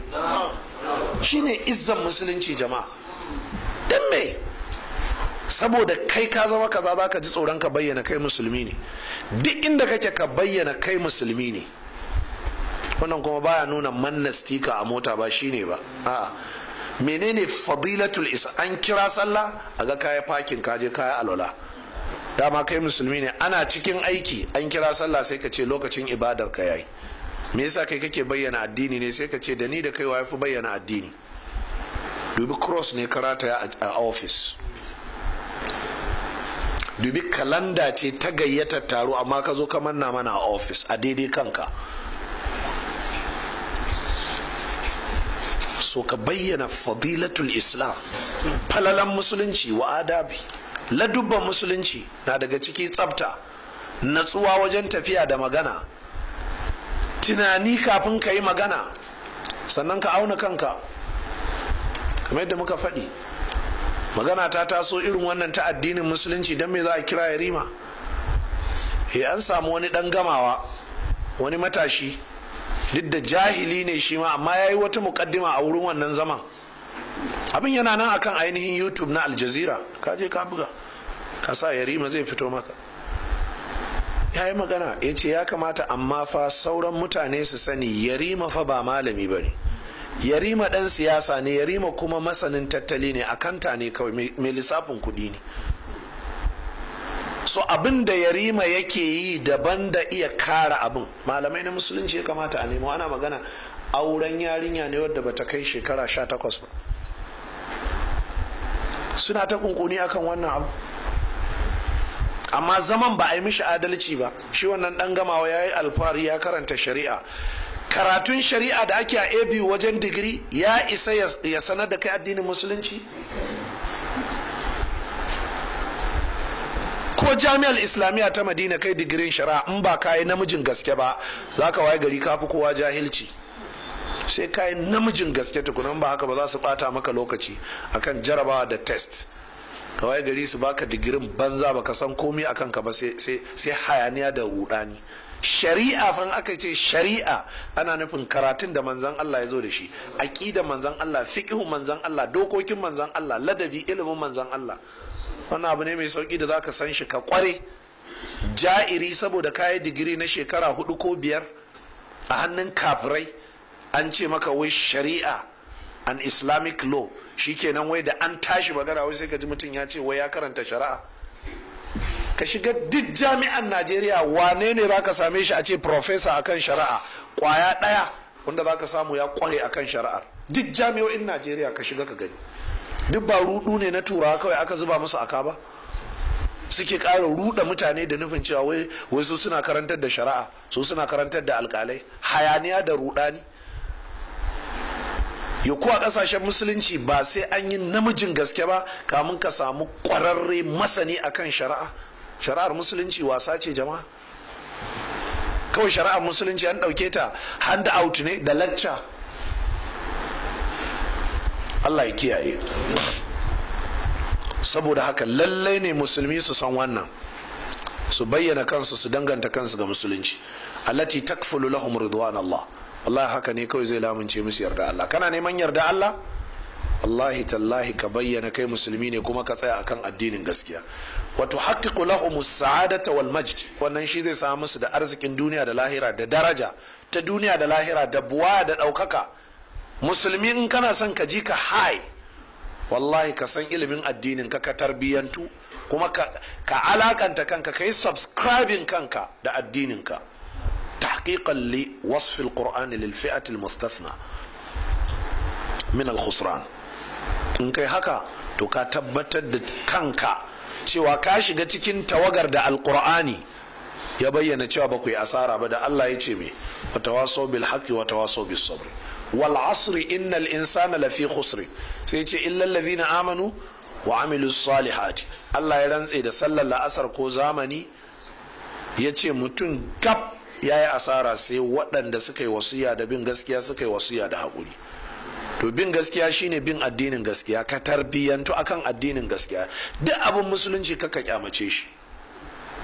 Kuli amrihi subhanahu. Sannan kuma domin tabbatar da bin umarnin Allah da ya ce walakin kunu rabbaniyin, ku yi kokari ku zama masu tarbiyya, ku yi kokari ku tarbiyyantu, ku zama masu tarbiyyantarwa. Ba inda Allah ya ce walakin kunu muallimina, ba inda Allah ya ce walakin kunu wa'izina. To duk wanda ya kware da sanin balaga ta alqur'ani, daga yau ya kamata ya je kafa bincike me ake nufi da rabbani. Al'alimun rabbani, malamin Allah, malami na Allah, malamin da ke aiki da shari'ar Allah, malamin da ke tarbiyantuwa da tarbiyyar Allah. Walakin kunu rabbaniyina bima kuntum tuallimuna alkitaba. Littafin da kuke karantarwa ku tarbiyantu da littafin, wa bima kuntum tadrusuna. Ko kun fahimta? Hakanan darasin da kuke yi, bincike da kuke, nazari da kuke, ku tarbiyantu. Abin da kuke karantarwa ku tarbiyantu da shi. Yasa ran nan na shiga ajin yara 'yan nursery da primary, wasu na rubutu da hagu, na ce a'a ku karbe musu, ku rinka nuna musu a hankali, da dama ake rubutu. Duk sai an koya musu wannan, dukka sai an koya musu wannan. Saboda duk barbare yan yawa ne na yan bidiya, sai ya ce to ya haka Allah ya halice shi. Ƙarya kike malama, munafuka Allah. Ba wanda Allah ya halitta ya rubutu da hagu, ke ce muguwa, saboda ba haguwa ce ke, ashabun neri, shi yasa kika bar shi yake rubutu irin na yan wuta. Rubutu da hannun dama ake. Haka aka samu rana ɗaya tilo da annabi ya sa a miƙo mishi alƙalami zai share rubutun da Aliyu ya yi, da hannun dama aka miƙo mishi, da hannun dama ya yi. Hadisi ne sahihi, yana nan cikin sahih bukhari. Rana ta ɗaya kuma ta ƙarshe kenan da annabi ya kama alƙalami ya rubutu, da hannun dama ya yi. Sannan a cikin alƙur'ani Allah ya yi ishara haka, wa ma kunta tatlu min qablihi min kitabin wala takhutuhu biyaminika idan lartaba almubtiluna. Da annabi zai rubutu to da hannun dama zai yi, don haka ran da rubutun ya kama da hannun dama ya yi. Saboda haka ba a rubutu da hannun hagu. To amma ya za a yi? Kai ka riga sun koya maka da hannun hagu, sun barka saboda karkatattu ne, don haka sai suka baka a karkace, shikenan ka saba ka girma haka. To kai barbaren yan yawa ne na yan bid'a da mushrikai. Amma waɗannan yaran to salafiyuna ne ƙohan, salafiyuna ne tantagariyar salafiyuna. Don haka lallai ne duk abin da aka ba daidai ba sai a ce a shi yasa tun ran da za mu buɗe makarantar nan sai da na sa lasifika, na ce fan an kawo mana yara mu za mu yi tarbiyyar su ne akan aƙidan mu. ya sa ranar ne wa yara 'yan sakandare bayanai. Cikin bayanan na ce har kiristocin an kawo za mu karba. Wani ya ce a to me za a koya musu? Na ce ƙur'ani za a koya. Ƙur'ani za a koya. Ba a koyar da wani addini, haramun ne a koyar da Christianity. Shi yasa wani pastor ya musulunta ya zo yana mukabala da kiristoci cikin ku, sai ka ji wai an ce wai a tare zai koya matasan musulmi Bible. Haramun ne. Can in ka tafi gantalinka ka koyo Bible, ku je can ku haɗu. Amma a ce a musulunci a buɗe makarantar Bible, ƙarya ne wallahi, wannan kafirci. Can ka tafi wurin iskanci da gantali da hayaniya da ɓata ka iya Bible shikenan. Amma a ce a wurin musulmi wai saboda musulmi su iya muƙabala da kiristoci a zauna ana koya musu Bible, ƙarya ne. Ana karantar da Ƙur'ani ne da sunna kawai. Allah ya taimaka. To jama'a kun ji wannan. Gaba ta hudu ita ce ihya'ul fikr al-islamiyyi sahih. To sai kuma yanzu dai kaji, to ya za a gina tunanin musulmi yadda musulmi za su zama productive, yadda musulmi za su zama the most blessed ones, su zama masu albarka, su yi amfani. To shine sai an raya musu tunani na musulunci. Anas ibn Nadar, kamar yadda zo cikin Sahih Bukhari da Muslim, a lokacin yakin Uhud aka sanya dukkan kafofin yatsa labarai ana ta bugawa, ana ta faɗi, ana cewa qutila rasulullah, qutila rasulullah, an kashe manzon Allah. Munafikai suka yada, kafirai suka yada, nan da nan sai wasu musulmi masu rauni, wannan ya jefar da makamin shi ya gudu, wani ya zauna yana kuka yana birgima, an kashe manzon Allah. Anas ibn Nadar sai ce an kashe manzan Allah, to sai mai an kashe manzan Allah. Qumu wa matu ala ma mata alaihi rasulullah. Akan mai manzan Allah ya mutu, akan musulunci, sai ku aje bindiga kuma sai ku jefar da makama, sai kuma shikenan sai ku kwanta kuna birgima, sai kuma ka zauna kana zalalar yawu. Kai ku tashi, ya zaburar da su. Kafin mintuna kaɗan sai gagawar shi an kawo shi ma an kashe shi. To ana son musulmi su zama masu kazar-kazar. Don haka a musulunci ba a zuwa ana firgita musulmi jama'a. Abin da yanzu da yawancin ahlus sunna suke kenan. Sai ka tafi masallacin PZ, sai ka zo masallacin mu na Muciya, sai ka je masallaci Tudun Wada Kaduna, ana sallah sai ga wani ustazi ya miƙe inna lillahi wa inna ilaihi raji'un. Waɗannan takaddu a falon ya kowa aka gano su, ga kofin su, ya kowa ya ce zai buga bam a wuri kaza, zai buga bam a wuri kaza, sanda sarki wa ne gani sai da ya suma, to wallahi tallahi wannan dai inna lillahi wa inna ilaihi raji'un. Sai zauna. Dan iska ka zo ka kashe wa mutane jiki, ka kashe wa mutane jiki, kai ba za ka zo wallahi tallahi jama'a, wallahi tallahi a cikin haka muka girma. Kullum suna zuwa suna buga mana kirji, kuma ba za su kawo mana solution ba. Ai wallahi tallahi kiristoci suna nan sun shigo da kaza, yan shi'a sun shigo da makami kaza, yan shi'a suna tare da Goodluck, ai wallahi gwamna kaza yana tare da waɗannan irin labaran. An kasa gane cewa psychological defeat suke ba zuciya, suna kashe. Shikenan ai an kama kwantena 1000 cike da makamai, yan shi'a sun shigo da su Najeriya. Wai kuma malamin ahlus sunna ne yake faɗin wannan, kuma yana kira zuwa ga gwamnati ta yi marmaza ta yi wani abu. Wannan shirme. Ana son ne kullum musulmi ko manzan Allah ya ce bashiru wala tunaffiru, ku rinka gaya wa musulmi abin da zai faranta musu rai. Wallahi saboda irin waɗancan labaran da suka yi yawa a cikin musulmi ahli sunna, aka waye gari in ka zo kana faɗin bushra ba ta yi mutane daɗi. Lokacin da muka zo muna cewa za mu gina makaranta, za mu yi kaza, ce ka ji wannan ƙarya ne fa, yaushe za a iya, wannan albushir ne fa, madadin a ce wannan mutum yana motsa himman mu ne. Na rantse da Allah wanda ya sauko da annabi Muhammad alqur'ani, a lokacin da muka yi wa'azi muke cewa zami kaza zami kaza, wallahi tallahi ba mu da fili ko kwaɗe kuma ba mu da kuɗin shi, amma ni na san mun dogara ga Allah, himma ce muka motsa. Daga lokacin aka tashi kuma aka samar. Shine yau zan gabatar da filayen kaf sun haɗu, kuma kowane fili yanzu ana can ana aiki. Waye ya ce Allah ba zai iya yi ba? Waye ya ce ku kashe mana zuciya? Ƙarya ne wallahi, mu salafiyuna ne. annabi ya iso madina ba da wurin da zai kwanta, ya iso madina ba da inda zai masallaci, ya iso madina ba shi da abin da zai ci, amma bai iso yana galau to ku taimake ni ina zan.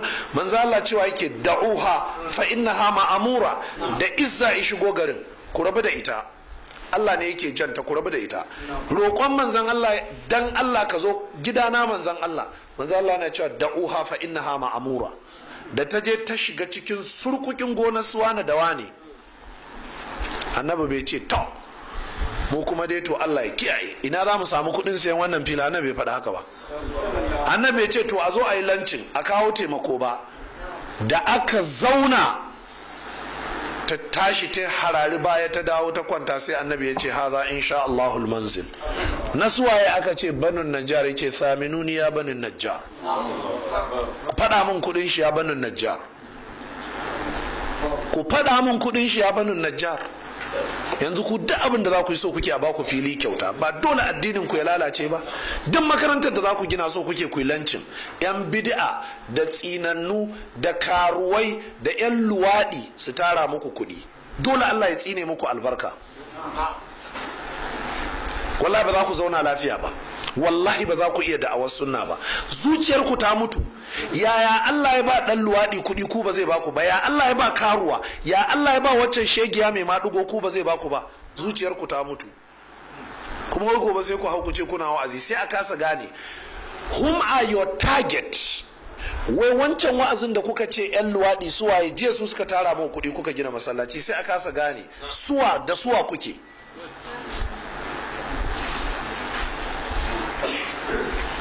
Wannan ina magana ne akan me? Uluwul himma. Ku zo mu ba ku littattafai da malaman salafiya suka rubuta a makarantar nan. Title ne a cikin babin tarbiyya, uluwul himma.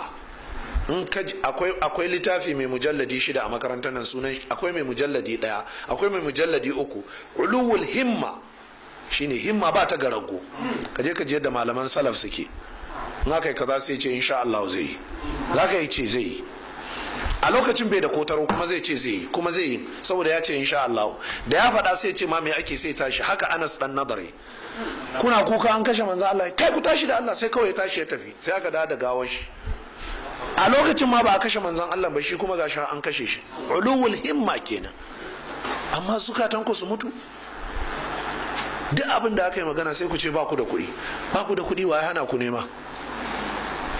Duk garin nan cike yake da gonaki, cike yake da koguna, cike yake da kaza, ga abubuwa nan birji kwakwalwarka, amma saboda sun kashe tunaninka. Ina son ku gane wannan, in aka kashe tunaninka you will never be productive. Mutane ba su gane ba. Yaro ne ba lafiya kawai lubu-lubu, sai ka ji uwar tana cewa oh na shiga uku na lalace, sai yana ƙara amma kai tashi da Allah, tashi yi mishi wanka, sai ka ji ya warke. Dama ƙarya ne wallahi, rashin lafiyar mafi yawanci ƙarya ne wallahi, saboda gidanku duk matacciyar zuciya ce, kai ma kuma sai ka zo zuciyarka ta mutu baka da lafiya. Ƙarya ne, kowa ma bai da lafiya in haka ne, in kuma lafiya ce kowa ma yana da lafiya. So ana son uluwul himma, ihya'ul fikr al-islami as-sahih fi daw'il kitabi was sunna wa ala nahji salafil umma.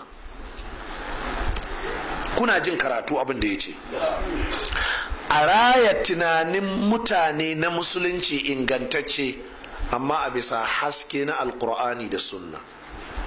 Dubi annabi Ibrahim, taro aka yi duk garin, to ka ce duk duniya. Kwamishinan 'yan sanda yana wurin, DPO na wurin, duk wani darekta da duk wani abu suna wurin akan annabi Ibrahim shi kadai, kuma za a jefa shi a wuta. In ka ne me za ka yi, sai ka fashe da kuka, da awaka ta rushe daga ran nan, kuma an ci musulunci ta hanyar ka. Amma mai annabi Ibrahim ya ce, a anta fa'alta hadha bi alihatina ya Ibrahim? wanda ne ce wallahi tallahi na tuba, wallahi tallahi suwana ne, sai ce bal fa'alahu kabiruhum hadha fas'aluhu in kanu yantiqu. Wannan babban su shi, ku tambaye shi, ai suna magana. Yadda ke shi kadai Ibrahim shekarar shi nawa ya iya confrontation da kafirci. Haka ake so, saboda mai akwai tunani ingantacce. Amma yanzu malamanmu sun kashe mana gwiwa, iyayenmu sun lalata mu, magabatanmu duk an tattake mu. Sai ka je ga mutum shekarar shi 40 ya tattake ana ce mishi baba. Me yasa? Ai zuciyar shi ta mutu ne. Ku zo nan ku gani, ga mata nan shekararsa 25 ta haihu sai ga tana tafiya sakwab. Je ka ga Bayarabiya ta haihu shekarar ta 40, tani ta tafi da asuba karfe 4 ta ɗibo ganyen ayaba ta zo za ta jika ta sha. Ba wanda zai mata wani ruhun wanka, ba wanda zai dafa mata ganda, ita za ta dafa. Amma wannan za ta zauna a ɗaka ga ruwan zafi tafasashe, ga wutar jahannama an haɗa mata a ɗaki, an toshe windo, an kawo tuwo mai zafi da yaji. Ba jama'a, ba dole hawan jini ya kama ku ba, zuciya ku ta mutu. The same ke da kika haihu, ga Bayarabiya can ta haihu, ga Inyamura can ta haihu, ta tafi kogi ɗibo ruwa. Amma ke sai a ce za ki kumbura, za ta kumbura, ki rabu da shi. Izalar banza, in ya kumbura ki jefar da ke zai ɗauko.